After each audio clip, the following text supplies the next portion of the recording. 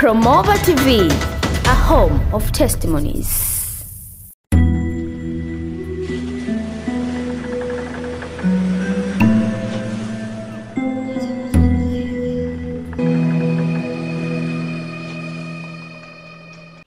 Nilipoona hivyo, ilibidi tuingie katika maombi na kuanza kumwomba Mungu kutokana na yale majaribu. Na nilivyoanza kuyaona, nilipoona kwamba nimefika wakati wa kutafutwa kuuawa kwa sababu za Injili na watu ambao sijawafanyia kosa, sijawapiga, sijawatukana, sijagombana nao, na maneno wanayozungumza inaonekana kwamba wamepewa pesa, wamenunuliwa na watu fulani. Tuliingia katika maombi kuanza kuomba. Lakini pia hata katika ulimwengu wa roho, vile vitendo ambavyo nililetewa katika mwili, nilianza pia hata katika ndoto naanza kuona vile kwamba nakimbizwa na watu wenye mapanga, wanataka kuniua, wananiwekea kesi za uongo, wanataka kuniua katika ndoto. Yani linatoka mwilini linakuja pia katika ndoto, au naanza kuliona katika ndoto tukio, baadaye linakuja kudhihirika katika mwili. Kama niliona kwamba kuna watu wananinukia kwa vita, kunisema mabaya, kunisingizia, linakuja katika mwili. Hata vitendo vile vya wanawake kuanza kunitafuta, nitembee nao, nizini nao, afu wengine ni wake za watu, ni vitendo ambavyo nilianza kwanza kuviona katika ulimwengu wa roho kwa njia ya ndoto. Baadaye vikaanza vinatokea katika mwili. Ila nilichomshukuru Mungu ni kwamba hakuna kitendo chochote, kila mtego kati ya mitego yote ulioweza kuninasa hata mmoja. Mungu akawa ananiokoa, Mungu akawa ananisaidia, Mungu akawa ananisaidia. Sasa tukio la tatu ambalo na lenyewe lilikuwa ni la kushangaza. Nilikuwa na mwanamke mmoja kiongozi wangu kanisani.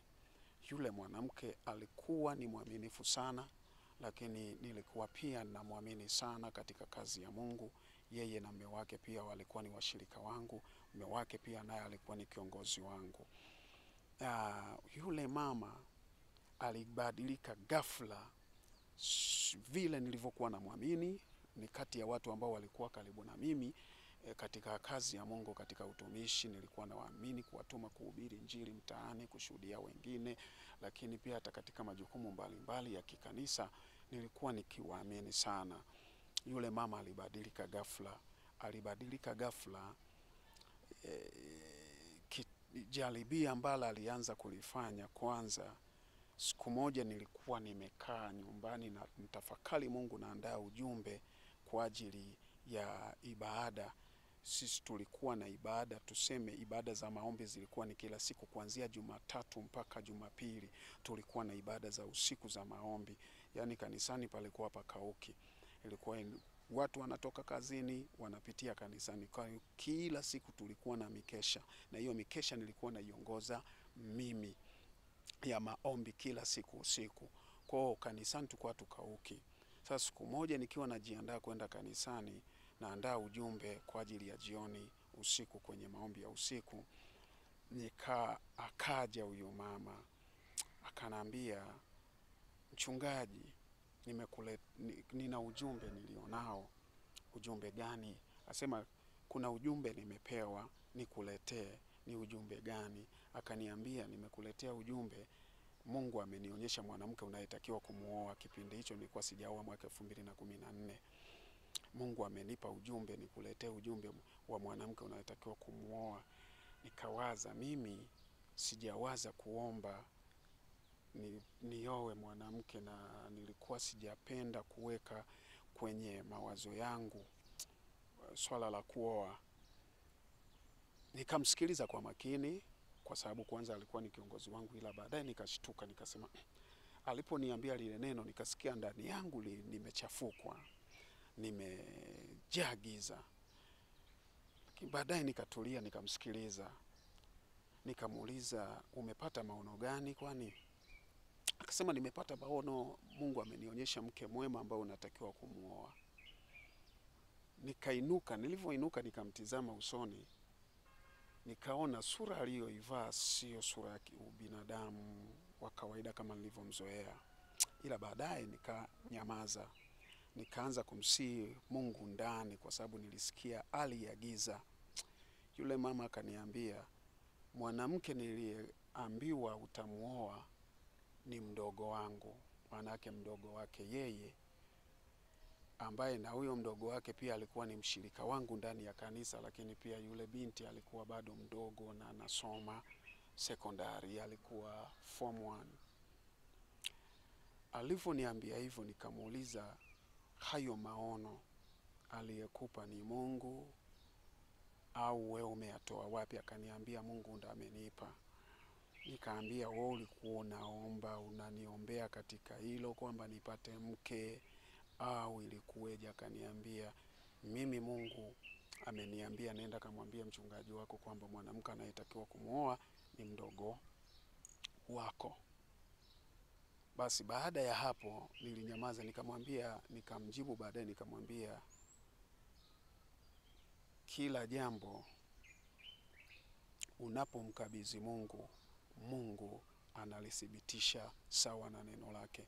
Kwa Biblia inasema Mungu wetu anaangalia neno lake apate kulitimiza. Ikiwa limetoka kwa Mungu, basi litatimia, na kama halijatoka kwa Mungu, basi halitatimia kama lina mwanadamu. Kwa hiyo tumwachie Mungu na tuendelee kuliombea, kama ni la Mungu litathibitika. Niliingia pia kwenye maombi, nilianza kuomba, lakini katika kuomba kwangu nilikuwa siombi nikiamini kwamba hili jambo limetoka kwa Mungu, kwa sababu nilisikia giza wakati ananiambia lile jambo, sikuona nuru. Roho wa Mungu aliniambia, hapana, huyu mama amevamiwa na roho. Na roho iliyomvamia sio kwa habari ya mdogo wake, ni kwa habari ya nini? Ya uzinifu. Huyu ameshavamiwa roho, ni miongoni mwa wanaotaka kukuangusha. Kwa nilipojua hivyo, niliendelea na maombi, Mungu afanye nini? Anitetee. Ndani ya miezi kama miwili ikapita. Ilipopita miezi kama miwili, yule mama alibadilika zaidi. Alipobadilika sasa, akabadilika akawa sio rafiki, ila ni adui wa kunishambulia. Kumbe sikujua kilicho nyuma ya pazia ni nini. Yule mama siku moja, nakumbuka, yeye na mama yake mzazi pamoja na huyo mdogo wake ambaye ndo anasema kwamba anataka, Mungu amemwambia ni muoe, waliniita nyumbani kwao kama mtumishi wa Mungu, wakiniomba kwamba kuna shida iliyopo. Nilimchukua kiongozi wangu mwingine mmoja, tukaenda pale. Tulipofika pale, yule mama nilimkuta nyumbani kwake amekaa yeye na mama yake mzazi pamoja na mdogo wake. Tulipofika walinikaribisha kama mtumishi wa Mungu. Nakumbuka neno nililokuja kuambiwa ni kwamba nimeitwa niulizwe, je, ujumbe nilioletewa nimeuafiki ama sijauafiki? Nikauliza, ujumbe gani? Wakasema ujumbe kwamba Mungu amesema natakiwa nimuoe huyu binti. Pale pale niliwauliza, nikamwambia, jamani, hii mbona mpya? Mimi kwanza nilikuwa sijaweka mawazo yangu kwenye kuoa. Namba 2, mimi siwezi kuoa huyu binti, mtoto mdogo, bado anasoma. Mimi nawezaje kubeba mtoto ambaye bado anasoma? Sintajiletea kesi, nitafungwa. Siwezi, na hiyo ndoa nitaifungia wapi? Cheti kinatakiwa kutoka kwa mkuu wa wilaya, na huyu mtoto anasoma. Itakuweje kesho anasikia mchungaji anatangaza ndoa na binti ambaye ni mwanafunzi? Nitaenda kufungwa. Pale pale yule mama yao huyu dada mtu akalia. Alivyolia, mama yao akaitika, akasema, atakaye muoa mwanangu naye ni mwanangu, ambaye atamuoa mwanangu huyo pia hatanifaa katika maisha. Nililipuka kilio, nikalia, kwa sababu iliniumiza sana ndani ya moyo wangu, kutokana na ambavyo nilikuwa huyu kiongozi wangu na muamini na kumpenda sana kama kiongozi wangu na mtumishi wa Mungu ambaye tutaweza kufanya pamoja kazi ya Mungu na tufike mbali. Nililia, nilivolia nikafuta machozi. Afuta machozi nikaona uharibifu tayari umeshaingilia kati kwa huyu kiongozi wangu. Mwisho wa siku nikawaambia, naomba tumwachie Mungu, ila mimi kama mimi hapa sijaambiwa chochote na Mungu kuhusiana na kumuoa huyu binti. Kwanza ni mwanafunzi. Nikanyanyuka nikaondoka. Tangu hapo nilipoondoka nikatoka mahala pale, yule kiongozi wangu ambaye ni huyo dada hakuweza kurudi kanisani. Alitoka kanisani, aliondoka, akaenda kanisa lingine. Ambapo kanisa lingine pale, alipofika pale yule dada, nilianza kupokea shuhuda na taarifa ambazo zilikuwa si za kweli hata siku moja. Kwanza nilipokea ushuhuda wa kunishtua sana kwamba dada huyu alipofika pale kwenye lile kanisa amedai kwamba mimi ni Freemason, mimi ni agent wa kuzimu, lakini pia akaanza kutoa ushuhuda na kudai kwamba ameombewa mapepo yamezungumza, akasema mimi nawachukuaga na wapeleka kuzimu. Na huyu dada pamoja na familia yake yote nilikuwa nimeshawachukua, nimeshawapeleka kuzimu. Lakini pia jambo lingine akashuhudia kwamba bwana, mimi nilikuwa namtaka kimapenzi. Kwa zile taarifa nilikuwa namtaka kimapenzi, baada ya hapo ndo ameamua kukimbia kwenda kwenye lile kanisa.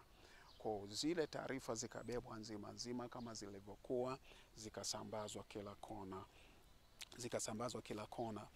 Ziliposambazwa kila kona, watu wengi sana waliosikia zile taarifa walishtushwa na taarifa hizo, na wachungaji wakaanza kunifikia, lakini pia wapendwa mbalimbali, na wengine wakazibeba kama zilivyo, wakaziamini.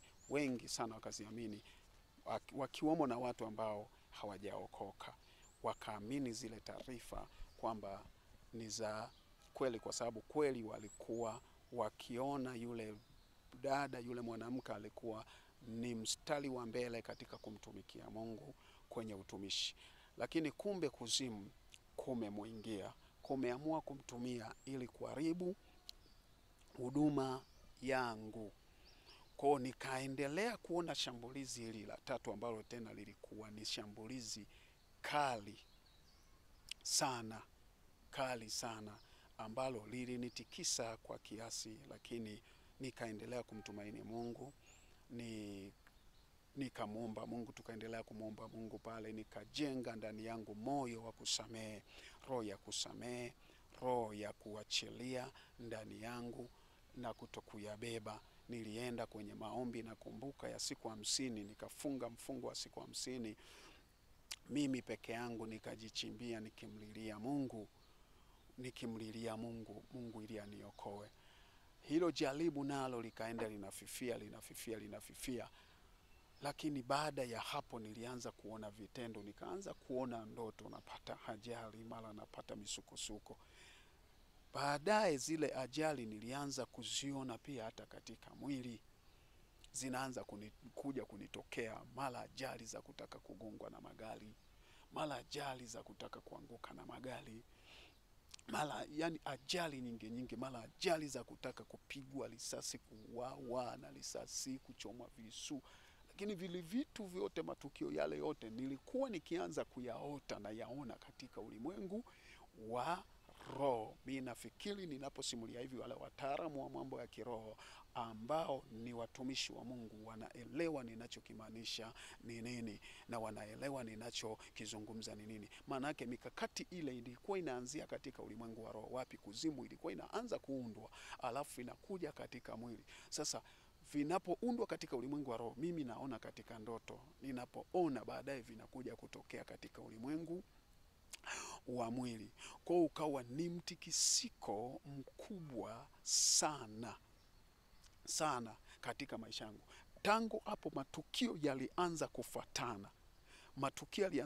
Lilipotoka tukio la ajali, lilibuka tukio lingine ambalo lilikuwa ni tukio sasa la vinywa vya watu kuanza kunizungumza mabaya. Yani kila kona watu waliokuwa wananizungumza mazuri Watu waliokuwa wananizungumza mambo mazuri wakaanza kunizungumza mambo mabaya. Yaani watu wakaanza kuzungumza taarifa ambazo ni za uongo.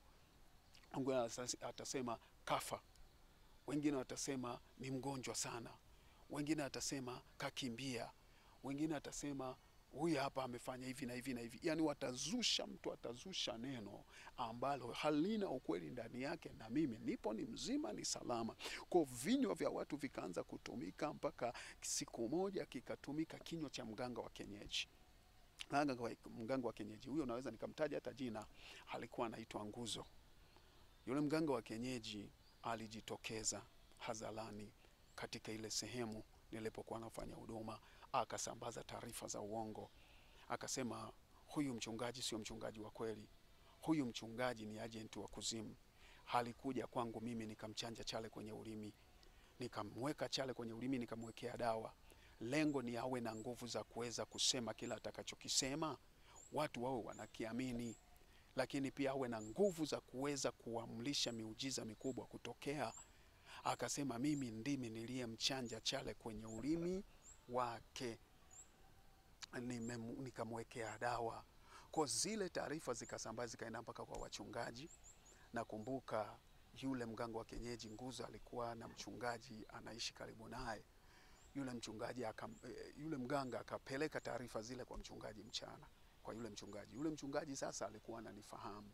Mchungaji akaja, ndiye aliyekuja kuniletea zile taarifa kwanza, akiwa namba moja. Akaniambia bwana mganga wa kienyeji yule, mimi kaniambia 1 2 3.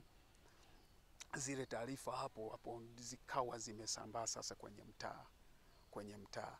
Baada ya hapo niliposikia zile taarifa, niliingia kwenye maombi kwenda kumlilia Mungu.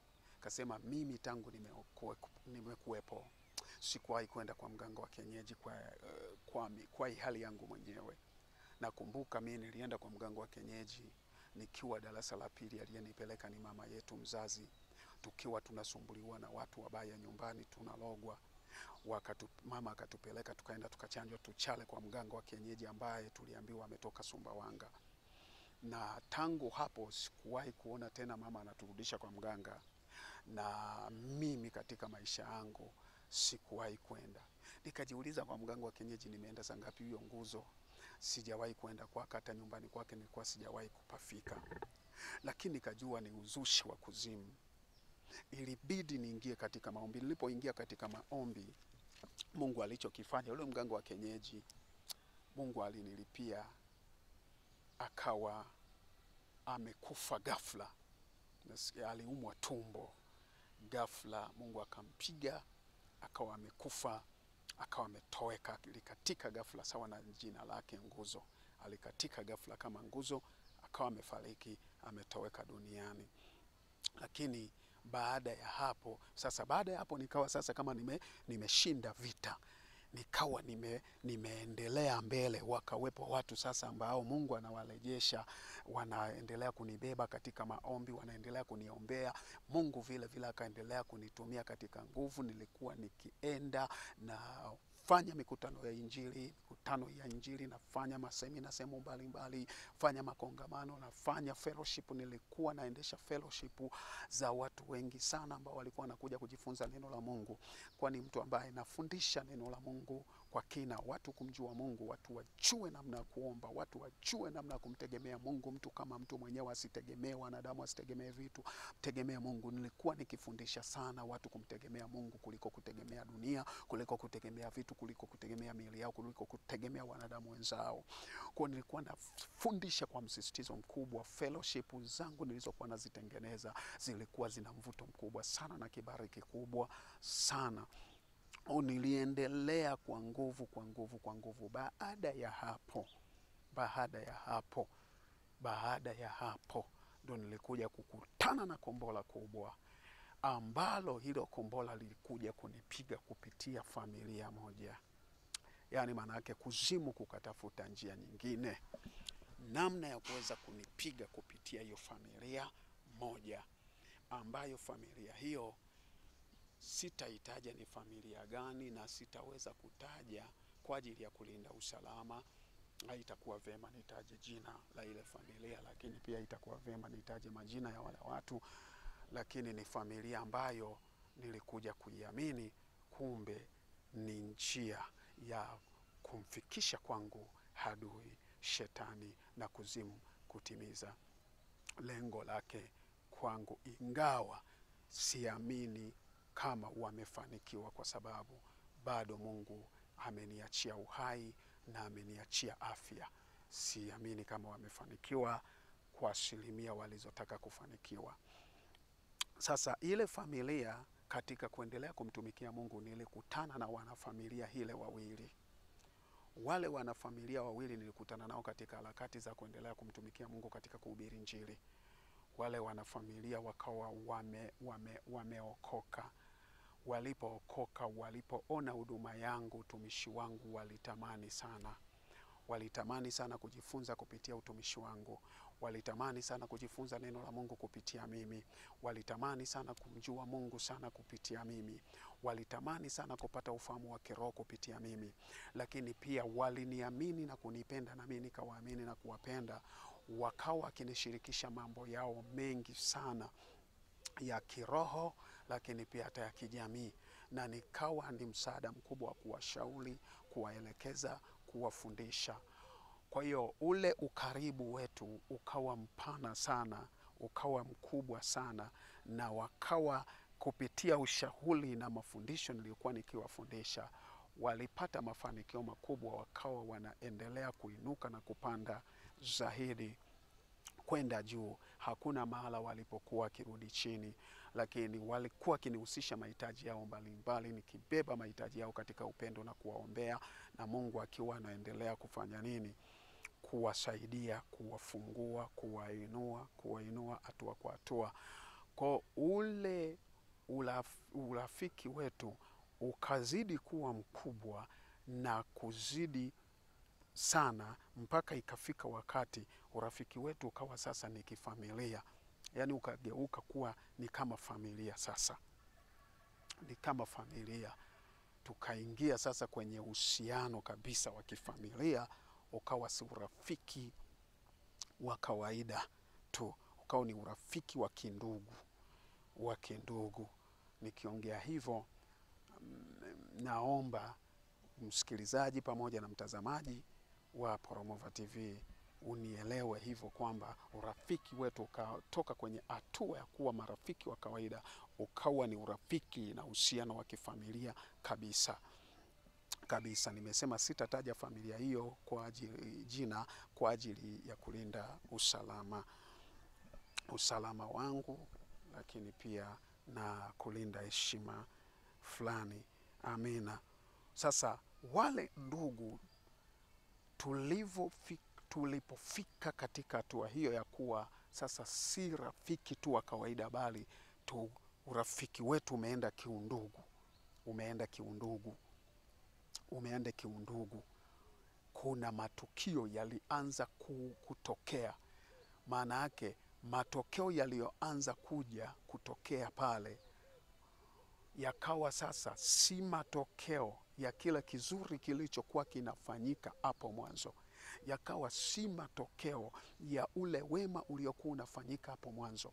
Yakawa si matokeo ya vile ambavyo tulikuwa tukienda hapo mwanzo. Yakawa ni matokeo ambayo ni mengine tofauti na tulivyokuwa tunaenda. Matokeo yaliyoanza kujitokeza ni yapi?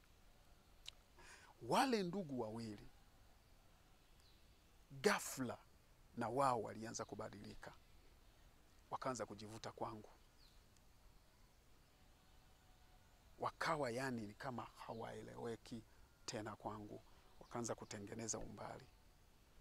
Walikuwa hawezi kukosa kwenye huduma yangu popote pale ninapokuwa, lakini ghafla wakawa hawaji, wanakuja wakijisikia, lakini wakavunja ule ukaribu na mimi.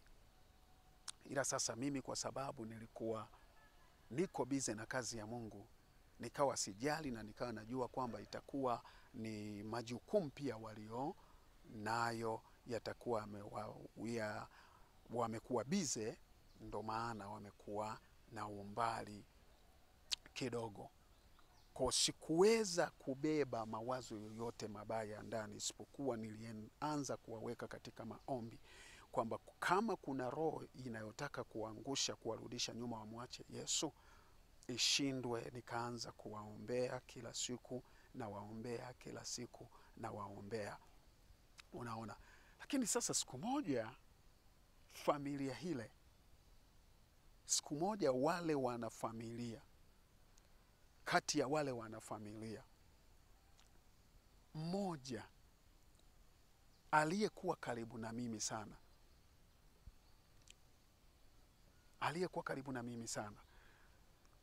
aliona tukio.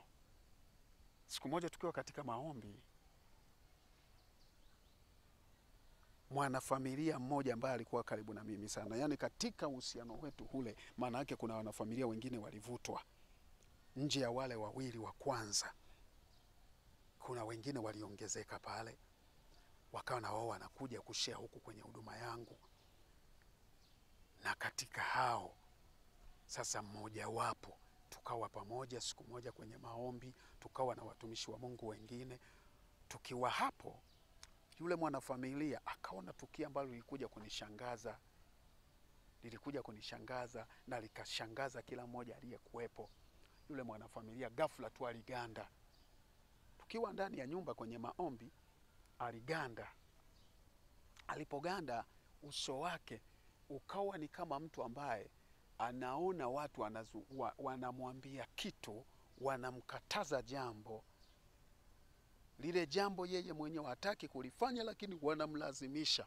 Sasa wanapomlazimisha, miguu yake, nyayo za miguu yake zinakuwa sasa kama zinatembea kuelekea kule walipo, na kuelekea kule walipo pale kuna ukuta, ni ukuta wa nyumba, wala hata hakuna mlango, lakini yeye akawa anaelekea kule kwenye ule ukuta wa nini, wa nyumba. Anatembea anafuata pale, na amekaza macho pale, alafu huku macho yake yanatokwa machozi, yanabubujika machozi makubwa sana, analia. Alafu ni mtu ambaye unamuona kabisa ameogopa, kuna kitu anakiona kinamwogopesha. Sasa ghafla mimi naitwa, mchungaji, hebu njoo uone. Nikamwangalia yule mwanafamilia hile, nilivyomuona nikashtuka, nikasema bila shaka huyu kuna kitu anakiona. Pale nikawaambia wenzangu, hebu tuanze maombi. Tulianza maombi pale. Tulivyoanza maombi, akawa anakaza kwenda kupita kwenye ule ukuta. Ikabidi tumkamate tukamwombea. Tulivyomwombea, baadaye akafunguka.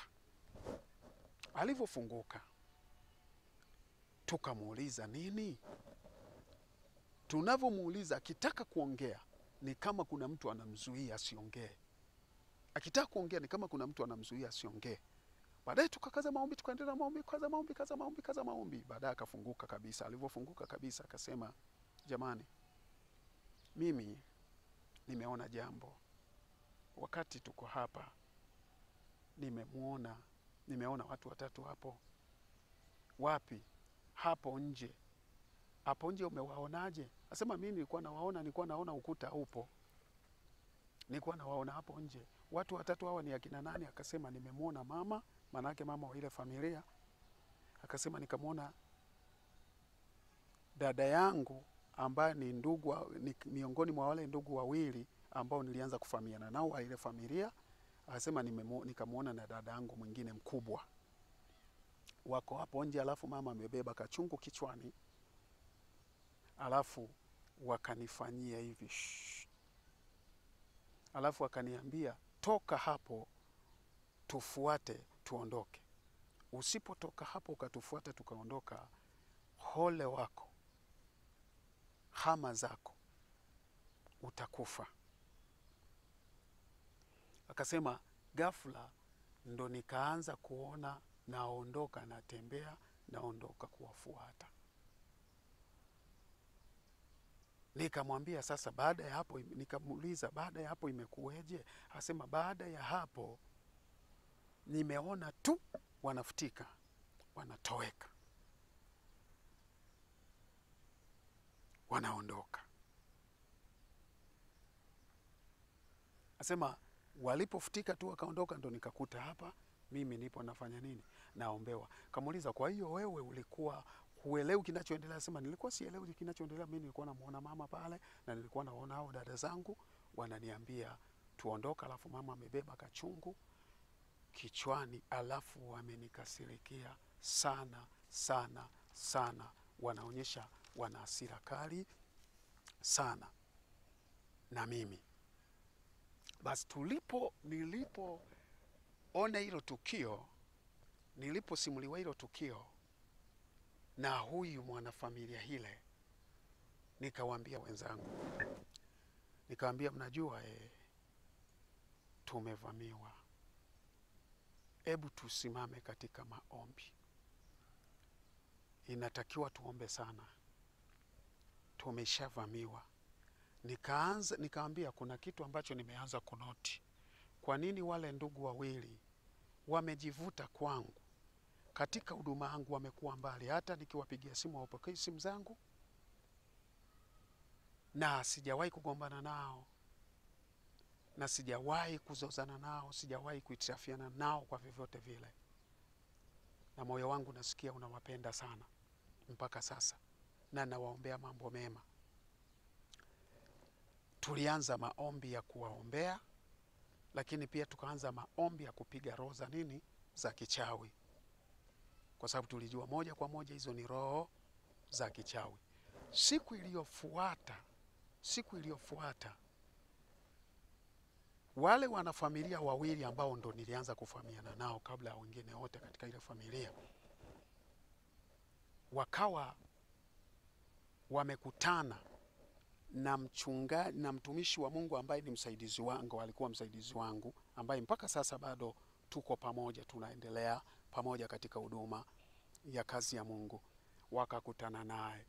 Walipokutana naye, wakawa nazungumza, wanasema, bwana, huyu jamaa ambaye sasa ndo mimi, wasema huyu jamaa, huyu mchungaji huyu kamanda huyu, ana imani ambazo ni za ajabu, ana imani za kipekee za kwake peke yake, ambazo ni tofauti na imani za watu wengine. Kama mtu akitaka kushindana naye, ajipange mpaka kuhakikisha hizo imani zake amezitengua na kuziangusha. Sasa huyu mtumishi pamoja nami katika huduma alishangazwa na lile neno, akaanza kuwarekodi. Alivyoanza kuwarekodi, asema imani za tofauti na wengine na misimamo ya imani ambayo ili kuitengua mpaka mtu ajipange kupambana naye sana, ina maana gani? Akawarekodi. Alivyowarekodi akaniletea zile rekodi, nikazisikiliza. Nilipozisikiliza, akaniuliza, mtumishi wa Mungu, kauli hizi umezisikia, zina maana gani? Nikamwambia, hata mimi mwenyewe kama unavyozisikia ndivyo na mimi ninavyozisikia na kushtuka, kwa sababu hawa ndugu ni marafiki wali ya juu kwangu, lakini pia si marafiki tu, bali tushakuwa ndugu. Sasa leo na mimi nashangazwa na hizi kauli, na ndani yake maana yake kuna siri, kwamba imani ya kwangu ipi? Maana mimi imani yangu imetokana na Kristo na neno la Mungu na kusikia neno la Kristo.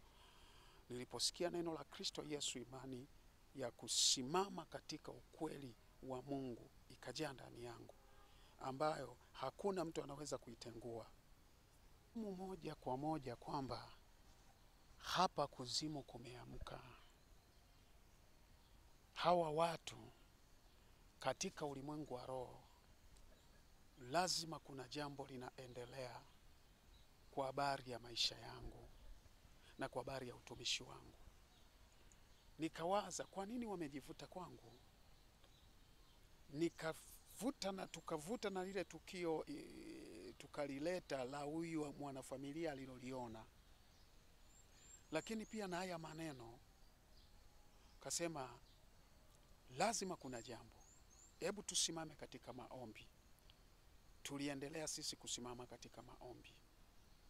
Kadiri tulivyoendelea kusimama katika maombi, ndivyo ambavyo wale wanafamilia ile wawili wale waliendelea. visa vilipoendelea kuwa vingi, ilibidi tutulie sana katika maombi. Lakini maombi yangu, moyo wangu mimi, jinsi nilivyokuwa nawapenda wale ndugu na kuwaheshimu na kuamini, sikupenda sana kuingia katika maombi ya kuomba chochote kilicho kibaya. Niliendelea kuwaombea mambo mazuri sana, na nilitamani sana kwamba wale ndugu tuendelee kuwa ndugu na marafiki. Ndiyo aliyokuwa maombi yangu, na nilikuwa nikilia sana sana hadi kiasi kwamba najikuta kwamba nilikuwa najikuta naingia kwenye wakati mgumu sana kimawazo, kifikra. Lakini siku moja nikiwa katika maombi, nilikuja nikachukuliwa katika roho. Wala ambao nimesema tuko kiroho, mtakuwa mnaelewa kila ambacho nakizungumza. Nilichukuliwa katika roho, nikapelekwa kwenye mazingira pale katika ile familia. Niliona tukio ambalo tukio hilo lilikuja kuzilika vile vile pia katika mwili.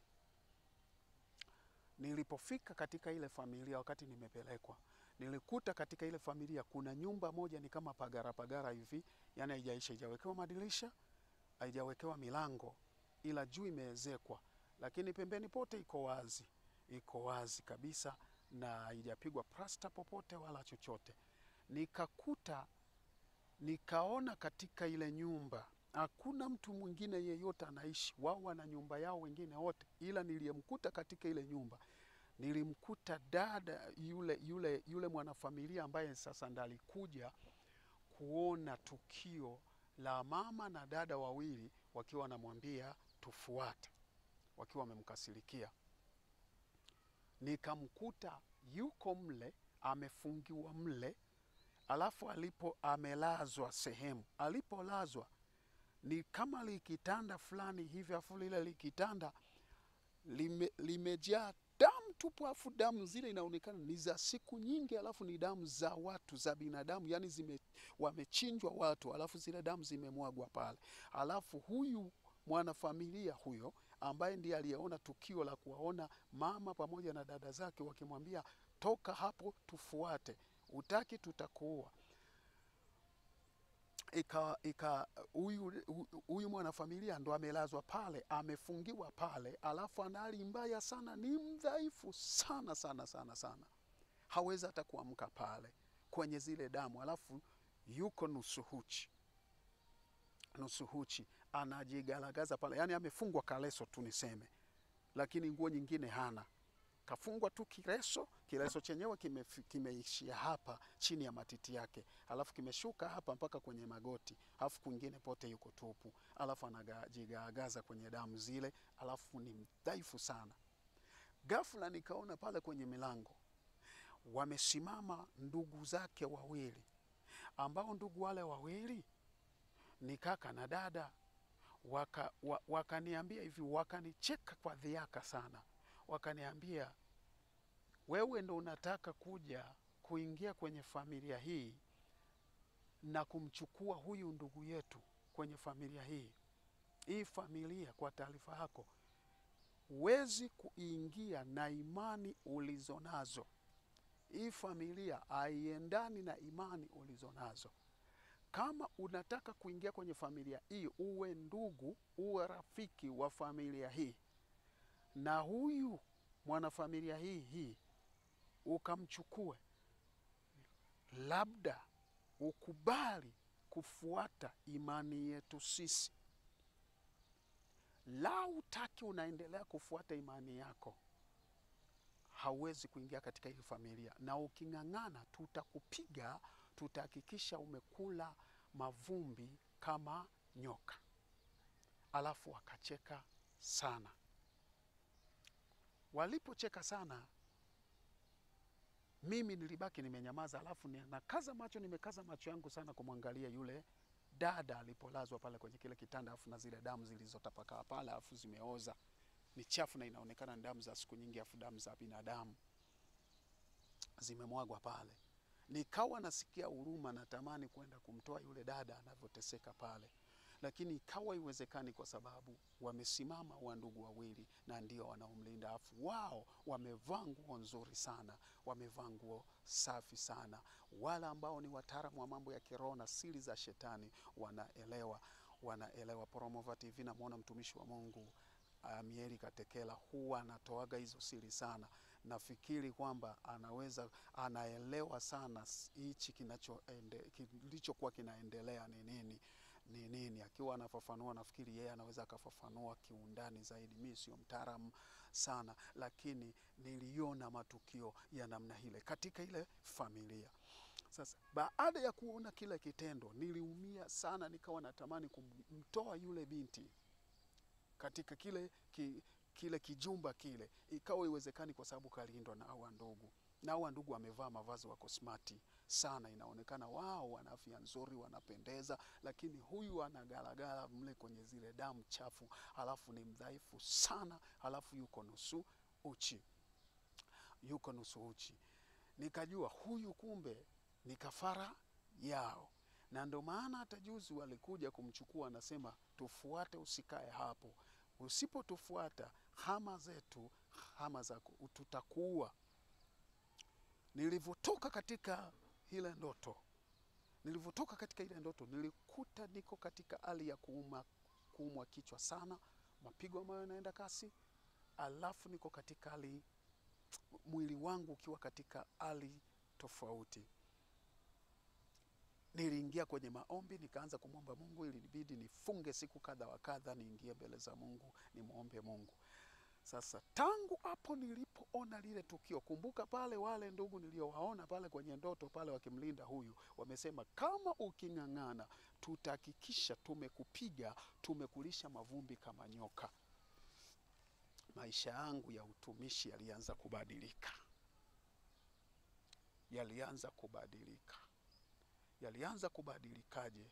Kuna matukio magumu sana nilianza kuyaona kutokana na vile vitendo nilivyoanza kuona katika ile familia.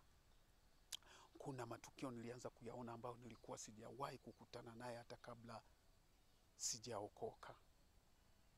Kwanza wale ndugu wawili ambao ndo nilianza kufahamiana nao katika ile familia,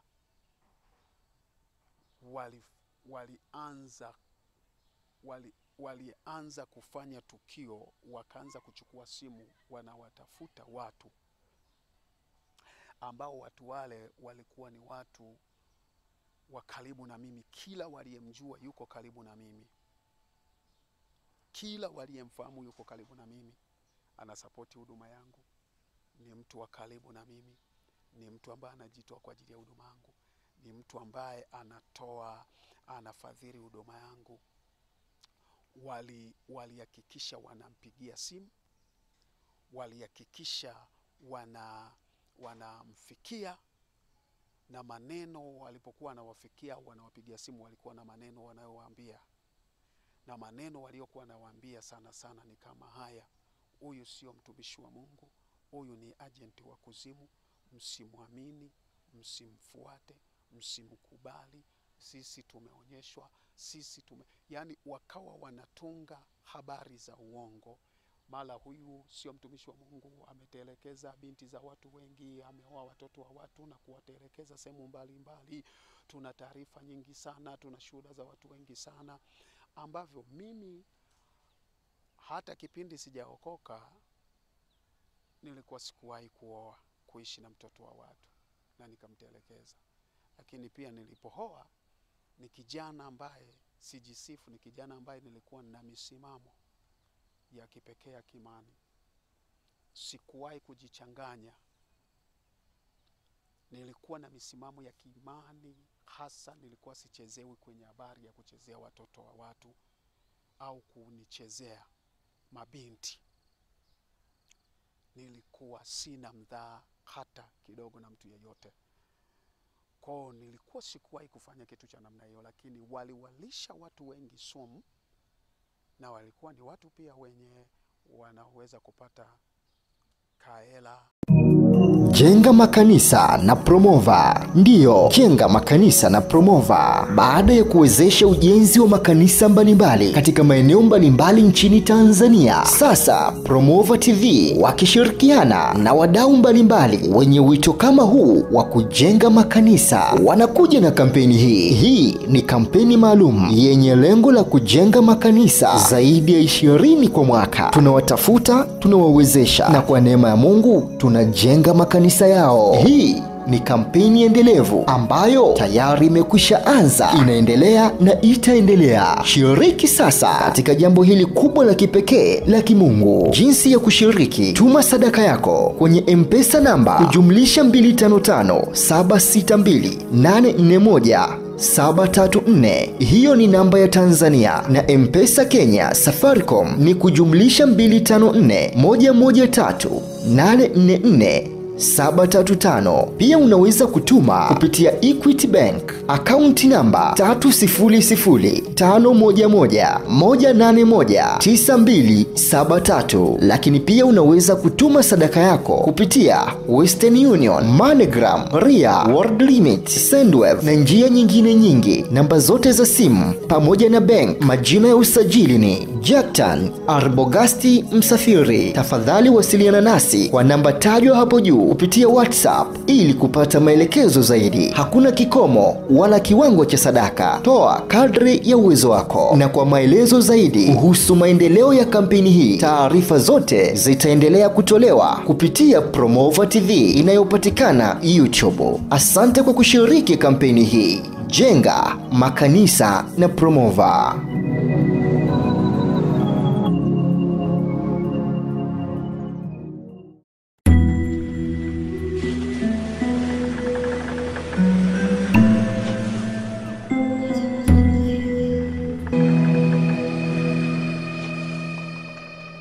Promova TV, a home of testimonies.